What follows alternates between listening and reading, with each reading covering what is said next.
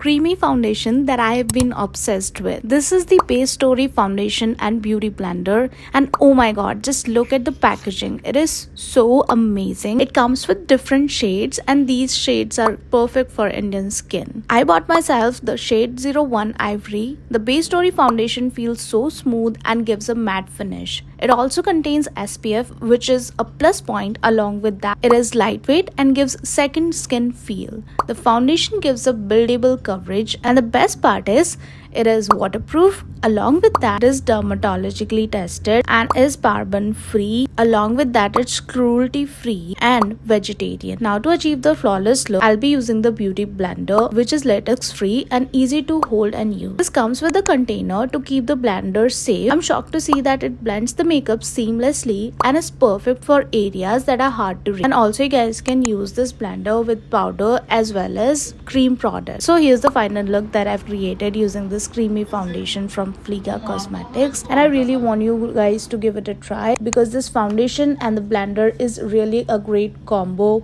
for Indian skin.